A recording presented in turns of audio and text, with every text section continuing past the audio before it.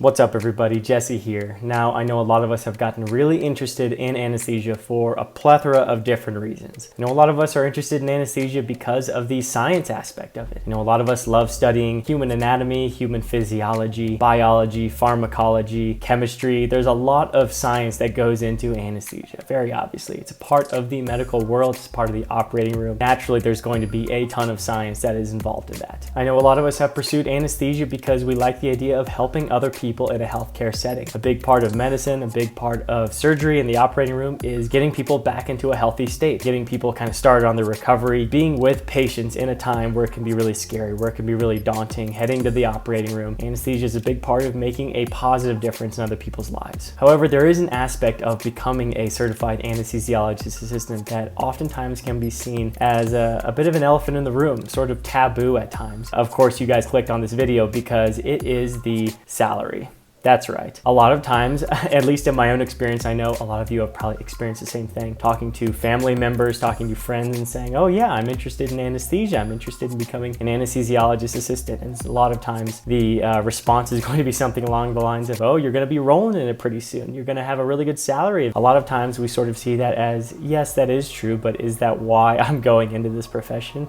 It depends. From my perspective, I think that's totally fine to want to go into anesthesia in order to have a financially stable life, especially really early on, even in your 20s if you're coming straight out of your undergraduate degree. You want financial stability, you want to be able to make a strong income. I think that's totally reasonable to want that. A lot of times in medicine, the population is getting older, there's more deficiencies when it comes to anesthesia staffing, and there's a need for anesthesiologist assistants, CRNAs, and anesthesiologists right now. So there's a lot of stability that comes with that, both financially and job stability. I will say, however, that a lot of times that can't be our only reason for wanting to pursue a career in anesthesia. There's a lot more that goes into it. We're going to talk a little bit about it later, but it is not the easiest job in the world going into anesthesia. You just get to sit in your chair and make sure the patient's alive, roll them out, and then you're done for the day. There's a lot that goes into it, and there's a lot of stress, there's a lot of trauma that can go into working in anesthesia and working in the operating room. We'll get into that a little bit later, but you have to have other passions for this career other than just salary. You have to, like I said, have a passion for science, have a passion for patient care. A lot of those have to work with your desire for having a strong income after graduate school. However, this video is going to focus on the salary of certified anesthesiologist assistants in the year 2025. And I think that by being able to gain more insights into what the salary looks like for certified anesthesiologist assistants, especially since it's been growing so much over the last couple of years, it can get us really excited and really passionate to pursue this career, to pursue this profession. So in this video, I'm going to lay out for all of you guys the salaries that anesthesiologist assistants are making in 2025. I'm going to be talking to you about the differences between W-2 positions and 1099 positions. I know that sounds really daunting right now, but it is important when you're looking at these salaries for CAAs. We're going to look at various benefits such as PTO. We're going to look at sign-on bonuses. We're going to look a little bit at overtime rates. And we're also going to go through each state and kind of see which states are paying what salaries for anesthesiologist assistants and if these positions are available for new graduates. Like let's say you just got out of a program, fresh out of your school, and you're looking for a position. We're going to go over what feasibly you could be making as a new grad straight out of school as an anesthesiologist assistant. And also at the end, you guys are going to want to stick around because you guys might be wondering, why do anesthesiologist assistants get paid what they do get paid? It's no secret to anyone that certified anesthesiologist assistants make a lot of money, but there's reasons for that, and there's reasons why you might want to caution yourself and know what you're getting into before you sort of take the leap into going into the world of anesthesia. So we'll start off here. I'm not going to pull any punches. Let's ask the question, how much are anesthesiologist assistants making in 2025? Between anecdotal evidence that I've heard from new graduates and seasoned certified anesthesiologist assistants, as well as taking a look at gaswork.com. Gaswork.com is going to be one of the biggest, most comprehensive websites that displays real-time certain positions that are available for AAs right now. So between anecdotal evidence and online evidence that we've been able to see on gaswork.com, comfortably certified anesthesiologist assistants are going to be making around $200,000 a year. As we're going to see a little bit later, there is evidence to show that that's going to vary a lot. Usually, typically, you're going to see between $175K to $225K as far as yearly salary goes, but we're going to dive into that a lot deeper a little bit later in this video and see kind of what these ranges are going to look like, especially in different states. For W-2 positions, you are also going to have to consider benefits when you are looking at these jobs, but these benefits include oftentimes somewhere around a $50,000 sign-on bonus. rates. I've seen this anywhere from $10,000 to $100,000, but typically it's going to be around a $50,000 sign-on bonus for when you hop on with this hospital or with this group. If you make a commitment to stay with this group for anywhere from 2 to 4 years. Also, we want to look at PTO. How much PTO am I going to be getting in a W-2 position? That's going to be between 6 to 8 weeks pretty commonly. Again, we'll see a little bit of variance with that, but comfortably around 6 to 8 weeks is how much PTO you can expect working as an anesthesiologist assistant. And we also have to consider various overtime rates that go with these positions. A lot of times you're going to see overtime rates around 1.5 times whatever you're going to be making full-time in a 40-hour work week. So once you get above that 40-hour mark, or sometimes even a 36-hour mark, it kind of varies on where you work, or your overtime rate will be around 1.5 times whatever your hourly rate is while you're working your regular hours. So that's definitely something to keep in mind. If you want to work more hours, you get up to 50, 60 hours a week, you can really increase your rate of pay. If you want to work those extra hours, get a little bit of extra money, and increase your salary as an anesthesiologist assistant. Now, earlier I mentioned W-2 and I mentioned 1099 positions. That sounds really scary. I remember just a couple months ago, I was like, I don't understand what the difference between these two positions is. But if you are working in anesthesia, a lot of times in healthcare, even as a nurse, a CRNA, you can either work as a W-2 employee or you can be a 1099 independent contractor. I'll explain that here with an example that really helped me. All right, imagine for a second that you are a baker. You have the skills to make all kinds of pastries, muffins, cakes, etc. And let's say that you are looking for a job at a bakery. If you get employed by a bakery as a W-2 employee, that means that you're going to have a boss who's typically going to be the manager, who's going to be the owner of this said bakery. You are going to get benefits like you would normally have as an employee anywhere that you would work. You're going to have paid time off. You're going to have different types of insurance through that company, and your taxes will be taken care of for you by your employer. You are going to have different types of retirement funds through this company, possibly a 401k. However, you're going to sacrifice autonomy and top-end salary working as a W-2 employee. Autonomy because you're going to have less control over your schedule. You're oftentimes going to need to work the schedule as determined by your employer. And top-end salary will be lower because you have other benefits such as paid time off, insurance, and retirement. Now, imagine for a second that you decide that you want to make your own pastries, cupcakes, etc., and you want to be an independent contractor with a bakery. At the end of the day, as a 1099 independent contractor, you are your own boss. You will still get paid by the owner or the manager of the bakery for your skills, but you will have control over your schedule. You'll have control over your hours that you're working. This means oftentimes that you will have more responsibility to file your own taxes, stay on top of your finances, and at the end of the day, you will also have a higher base salary for the reason that you're not getting these benefits that you would be getting as a W-2 employee like PTO,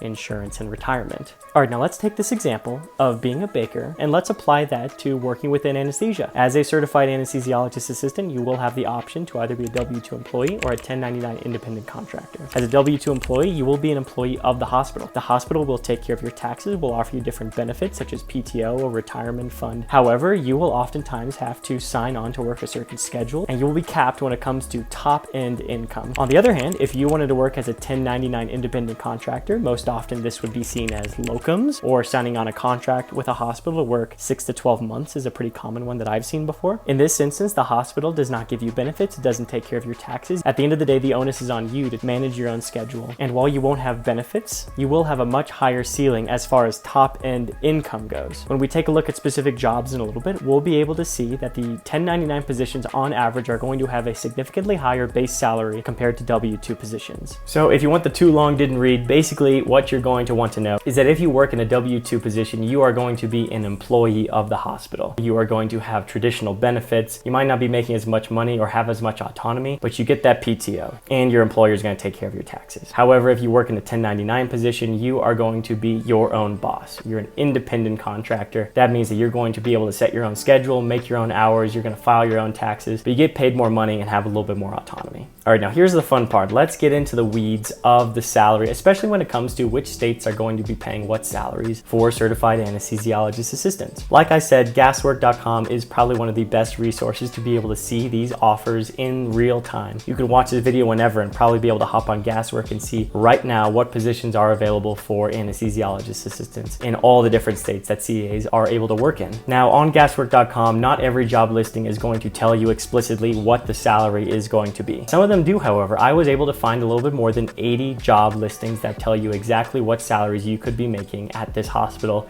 in this position. All the ones I'm going to lay out for you are going to be W-2 positions. Those are going to be more commonly found positions on Gaswork and just in general. So I'm going to throw up right now all of the different job offerings in all the different states. You are first going to see the state, then you are going to see the salary range, and then you are going to see how many positions I was able to find on gaswork.com. There's going to be sometimes there's only one listing for a state. Sometimes there's as high as 24 in Georgia. So let's throw that up right now. Here you go. Let's take a look. So just at a glance, we're going to see salaries as low as $130,000 a year in states like North Carolina, all the way up as high as $320,000 in Georgia. It's very high for a W-2 position. And on Gaswork, it's going to tell you the minimum salary that you could make and the maximum salary that you could make. Some of the states that have the highest salaries on the top end include Alabama at $300K, Florida and Georgia. Both of those are sort of anesthesiologist assistant hotspots in the nation. You're going to be making a maximum of $280K in Florida and $320,000 in Georgia. We'll also go to Ohio and Oklahoma. Maximum is going to be $300K in those states. And then we're also looking at $280K maximum in states like South Carolina, Texas, Vermont, and Wisconsin. Again, like I mentioned earlier, geography is going to be a very important factor to look into when you are trying to find a position as an anesthesiologist assistant. You could be making,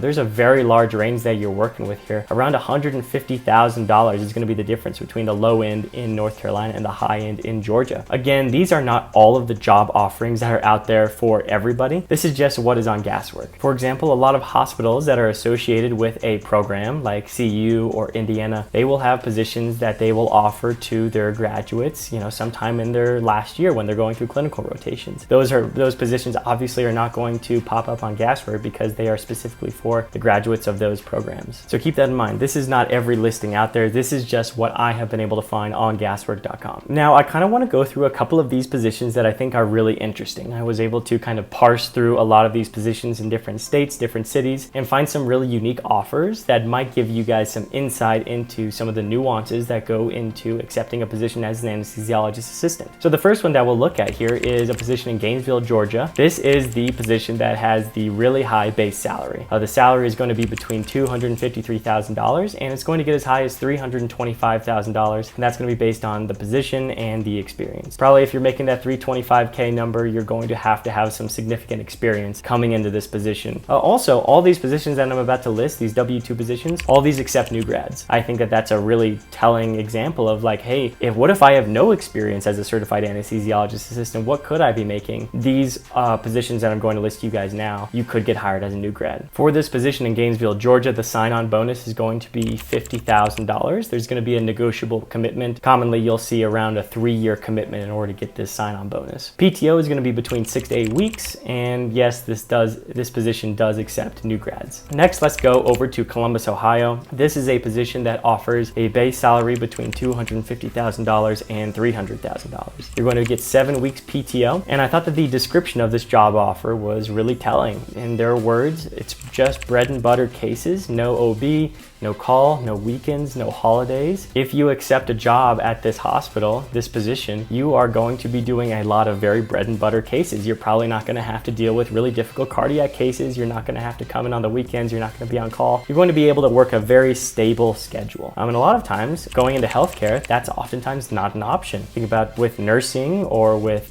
being a certain types of physicians, you're going to have to be working on call for a 24-hour shift, or you're going to have to work on weekends or on holidays. However, with this position, you will have a lot of control over not working weekends, not working holidays, not being on call, only bread and butter cases. So that's something that could be really appealing to you if you are looking for a position as an anesthesiologist assistant. Next position that we'll look at is in Temple, Texas. The salary is going to be between $200K and $280K, and this sign-on bonus is going to be $75,000 for 3 years. This is going to be on the higher end as far as sign-on bonuses go. I've seen up to $100K in sign-on bonuses. This position also comes with 6 weeks vacation and 1 week of educational PTO. So for example, that could be if you wanted to go to the Quad A conference or you wanted to do continuing your education credits, you could get 1 week PTO for doing those activities. There's no OB with this position, there's no cardiac, and of course this accepts new grads. So there's an instance of a really high sign-on bonus that we could see with some of these positions. Last W-2 position that I want to look at is in Colorado, in the Denver metro area. Base salary is going to be between $232K to $263,000. The sign-on bonus is $15K for 2 years, so you have a less of a time commitment. You only have to be there for 2 years, but the sign-on bonus, $15K, is going to be lower than what you could probably get at other locations. PTO is going to be a minimum of 6 weeks, and and a lot of times with PTO that can carry over between years. You can sort of accrue that up and get more than 6 weeks, but that's going to be the minimum PTO that you can have at this position. And the reason why I wanted to look at this position is because it has a really unique schedule that you could work. This is a 7 on, 7 off schedule. So that means that you are going to work 7 days in a row and then you're going to have 7 days off and you'll rotate through those. One of the reasons why I was really drawn to working in healthcare just in general was because you can work these really interesting schedules. You can work 24-hour shifts, 16s,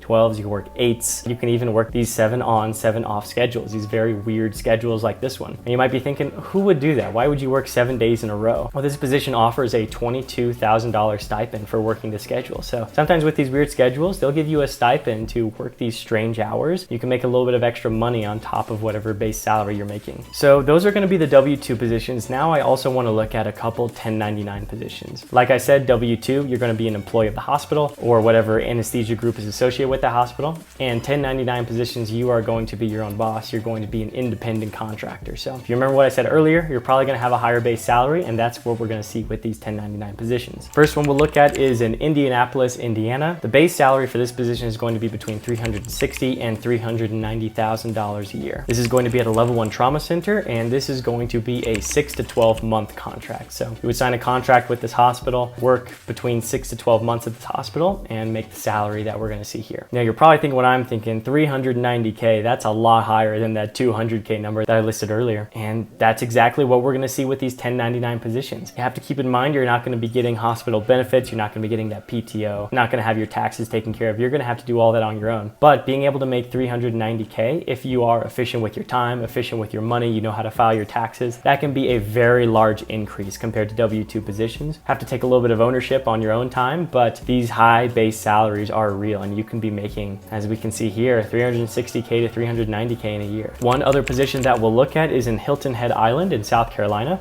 This is another 1099 position, going to be making base salary between $300K and $340K a year. Also, I like this position because it gives the hourly rate. The hourly rate that you're going to be making at this hospital is $170 an hour. And also, from what I could tell from this position, it's going to be very standard hours. It's a Monday through Friday position, so you probably won't be working as many weekends. As a 1099 independent contractor, you'll have a little bit more control over what you want your schedule to be. Sounds like this position wants you to work Mondays through Fridays. That's probably going to be the most desirable time that you are going to be wanting to work throughout the week. So just in these two 1099 positions, we're going to see salaries as low as $300K and as high as almost $400,000 a year. So right now, you're probably thinking what I was thinking when I first stumbled upon the anesthesiologist assistant career. I was thinking, why are certified anesthesiologist assistants paid so much? Well, the answer to that question is that there is a lot of really heavy stuff that you see in the hospital. There's a lot of death, there's a lot of disease, there's a lot of really sick patients, there's a lot of emergencies, there's a lot of people coding on the operating room table, people dying in the operating room, sometimes for the fault of the anesthetist, sometimes something completely out of their control. There's a lot that can be really heavy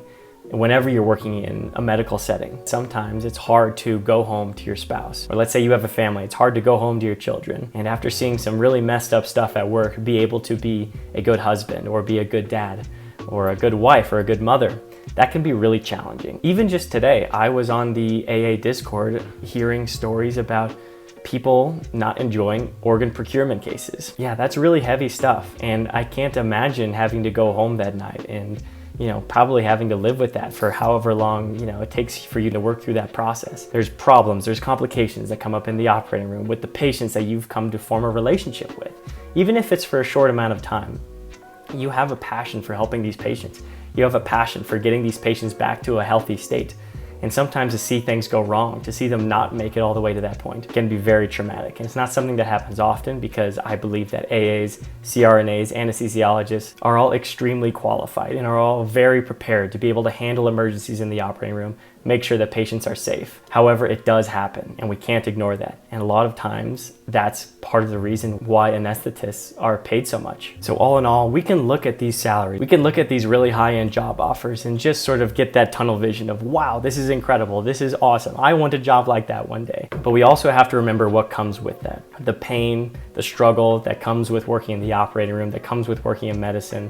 There's always going to be a caveat. There's always going to be a little asterisk of, maybe you will encounter this. You will probably encounter death. You will probably encounter heavy diseases, and you have to be able to work through that, and you have to be able to keep the patient safe through all of it. So definitely keep that in mind as you are sort of diving deep into the world of anesthesia, thinking about becoming an anesthesiologist assistant. It is a great lifestyle. You really have great control over your hours. You really do get to get paid a lot of money, but keep in mind why the salary is what it is. And if you know what you're getting into going forward, I truly believe that pursuing a career as an anesthesiologist assistant can be one of the most rewarding professions that's out there, especially in medicine. So there you go. Now you guys have a much better idea of the salary that we're going to be seeing for certified anesthesiologist assistants here in 2025. If you guys have any questions, if you guys want me to provide some clarity on any of the numbers, on any of the statistics that I've been talking about in this video, let me know down below in the comments, and I will be sure to respond to all your guys' comments. Let me know what video you guys want to see next. I had a lot of fun making this video, diving into gaswork.com, taking a look at the salaries and kind of getting motivated, getting excited about a career in anesthesia, because it really is exciting getting to pursue a career as an anesthesiologist assistant. Thank you guys so much for watching. Drop a like, drop a comment, and we will see you guys in the next video. Bye-bye.